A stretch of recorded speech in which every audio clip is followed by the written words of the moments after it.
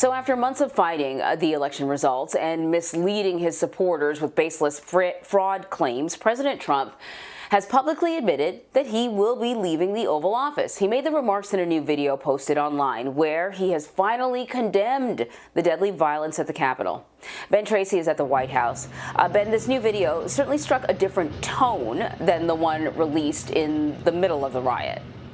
Yeah, the president is attempting a complete 180 here. On Wednesday, he called his supporters that were attacking the Capitol special people. But now that he is faced with members of his own administration resigning and the threat of being impeached again, he claims he's outraged by the violence. The demonstrators who infiltrated the Capitol have defiled the seat of American democracy. In a video produced by the White House, President Trump last night finally condemned the violence carried out in his name. You do not represent our country. But this is what the president said the day before. We love you. You're very special. And what he said at his rally before the assault on the Capitol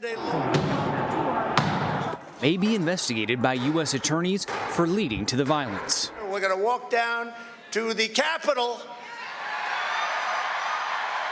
and we're going to cheer on our brave senators and congressmen and women. And we're probably not going to be cheering so much for some of them. The president is also now falsely claiming he immediately deployed the National Guard to stop the attack on the Capitol. He did not. The violence went on for hours, and the Guard only arrived after Vice President Mike Pence got involved. Mr. Pence, who the president is attacking for not trying to change the election result, did not come to the White House Thursday. CBS News has learned the two men are barely speaking to each other.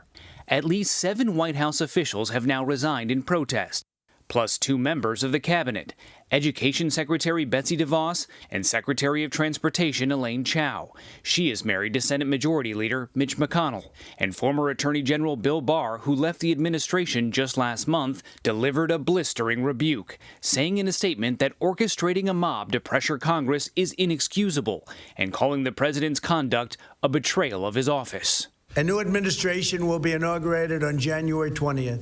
President Trump appears to finally be resigned to the fact, after 2 months, that President-elect Biden will be sworn in after misleading his supporters about false allegations that the election was stolen. My focus now turns to ensuring a smooth, orderly, and seamless transition of power. Now, some of the president's usual allies want him to resign before Inauguration Day. The conservative editorial board of the Wall Street Journal, which is owned by Rupert Murdoch, says his best path would be to take personal responsibility and resign, adding it is best for everyone, himself included, if he goes away quietly. But the president is giving no indication that he intends to resign or to go away quietly. Anne-Marie. You know, Ben, you point out that the president hasn't spoken to the vice president in some time. You know, over the past few days, we have seen resignations and people leaving the White House. Do we have any idea who the president is listening to at this point? And, you know, because for at least a little bit, his social media was shut down, we didn't really have any insight into what was going on in his mind. But any idea what his mood is like now? It's strange for those of us who cover the president to not have that window into his world through Twitter. And, you know, for almost 20 hours, we basically heard nothing from the president, which was very interesting. But CBS News has learned the president is increasingly isolated here at the White House, that he's talking to very few people, and that most of the people that he is talking to are these outside advisors who are the people who have ginned up these conspiracy theories and continue to perpetuate them with the president. Obviously, his chief of staff, Mark Meadows, is still here at the White House. He is talking to him. And somebody inside the White House got him to deliver this message yesterday, which is completely at odds with the message that he gave the day before. And I guess we have to leave it up to people to decide which one they think is more authentic, the one that he did off the cuff in the Rose Garden as the event was happening at the Capitol, or the one that he read off the teleprompter last night, saying the things that people have told him he needs to say.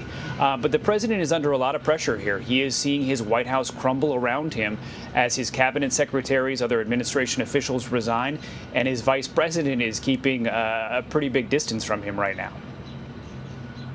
Yeah, and, you know, I don't want to be nitpicky about the statement because he did condemn the violence, but, you know, he didn't mention Joe Biden's name, the person who will be the next president. And then, sort of the final line there suggested that while he would be leaving the White House or the Oval Office, he wasn't going away, and it was a little suggestive in the end.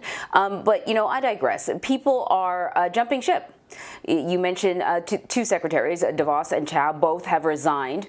What we have heard from the president over the past few days, we've talked about this before, Ben. It's not like it's new. He's spoken like this before. Clearly, the attack on the Capitol was a breaking point for a lot of people. But do we know just what some of these secretaries have been thinking that led them to resign now, and whether or not this idea floating the 25th Amendment is, part of their calculation?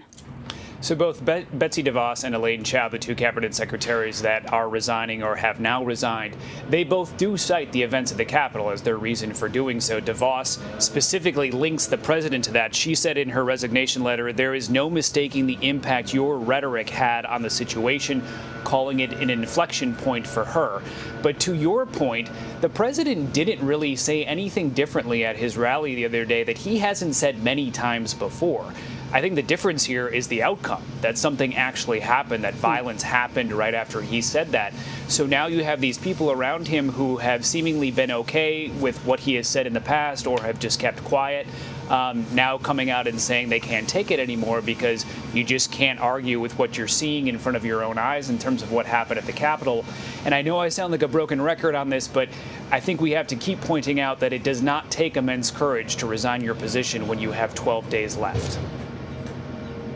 Yeah, it's a really good point. And listen, before we let you go, in regards to the president's statement, I think I and many people, when he began to talk, I think it was maybe the second or third line in, he mentioned calling in the National Guard.